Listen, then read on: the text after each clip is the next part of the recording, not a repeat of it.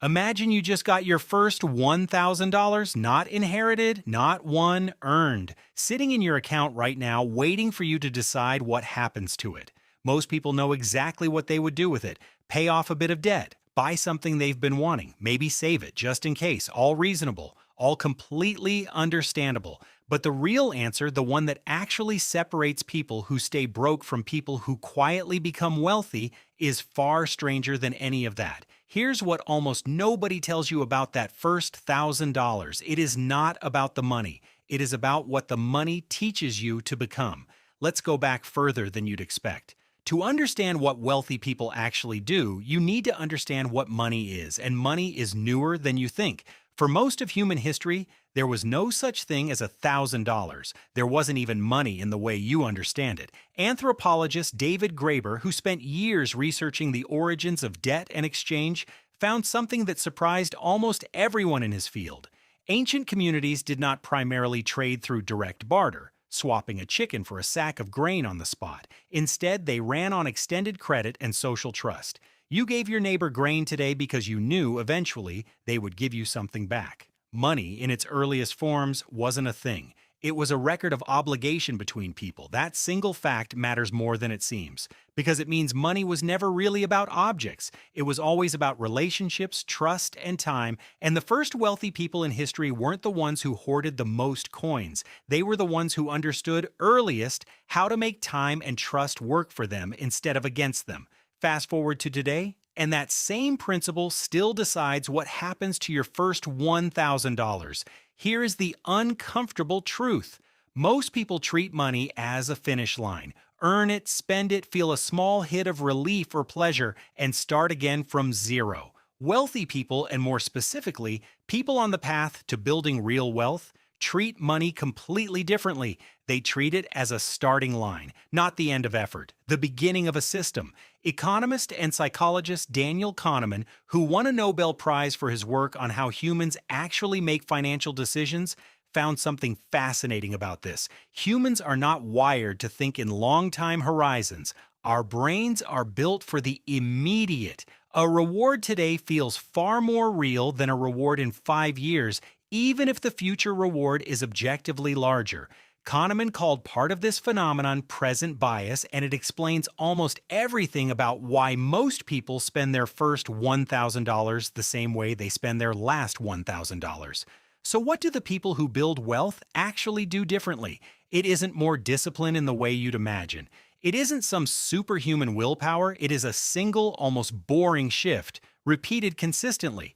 They ask one different question. Most people ask, what can this money buy me right now? Wealth builders ask, what can this money become? That's it. That's the entire fork in the road. When you ask, what can this money buy you, you are spending in the present. When you ask what this money can become, you are investing in your future self, and that single reframing changes literally everything that happens next. Here's where it gets specific. The first thing most wealth builders do with early money is not investing in stocks, despite what social media tells you. It is paying down high-interest debt. This sounds unglamorous because it is unglamorous, but the math is brutal and undeniable. If you are carrying credit card debt at 20 to 25% interest, no investment you can responsibly access will consistently outperform that.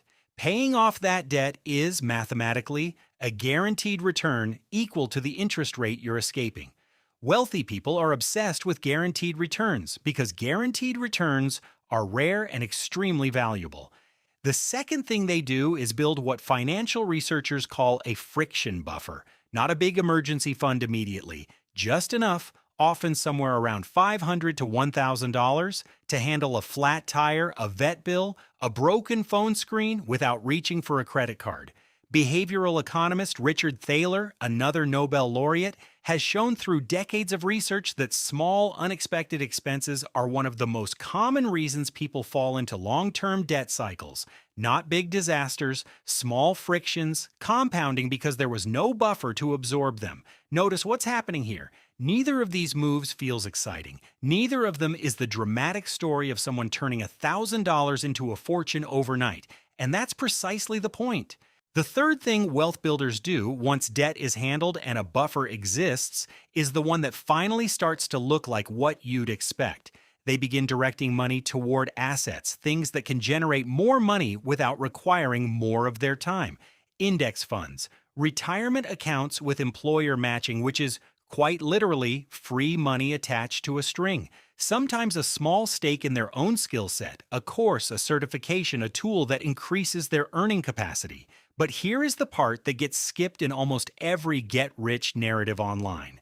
The amount barely matters at this stage. What matters is the behavior becoming automatic. This is where compound interest enters the story, and it deserves more reverence than it usually gets. Albert Einstein never actually called it the eighth wonder of the world. That's a popular myth. But the math behind it is wondrous regardless. If you invest just $1,000 today into a fund averaging a 7% annual return, historically reasonable for a diversified stock index over multiple decades, in 30 years that single $1,000 becomes over $7,600 without you adding another cent. Add even modest, consistent contributions on top of that, and the curve doesn't grow in a straight line. It bends upwards slowly, then dramatically. The wealthy aren't smarter about money in some innate way. They simply started the compounding clock earlier and protected it from interruption longer. This is the part that should genuinely unsettle you. The biggest difference between someone wealthy and someone who isn't usually intelligence. It isn't even income, surprisingly often.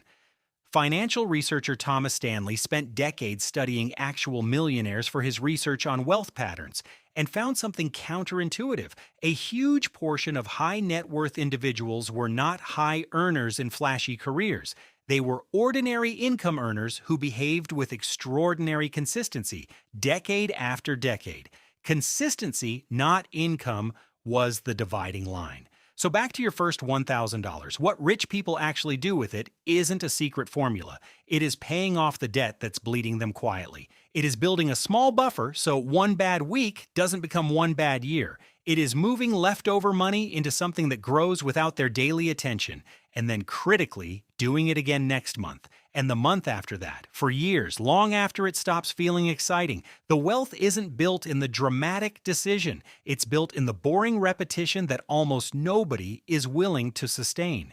Here's the modern mirror in all of this. Every time you get an unexpected windfall, a bonus, a tax refund, a gift, a side hustle payout, you are handed the exact same fork in the road that built every fortune that compounded slowly over decades. What can this buy me right now? Or what can this become?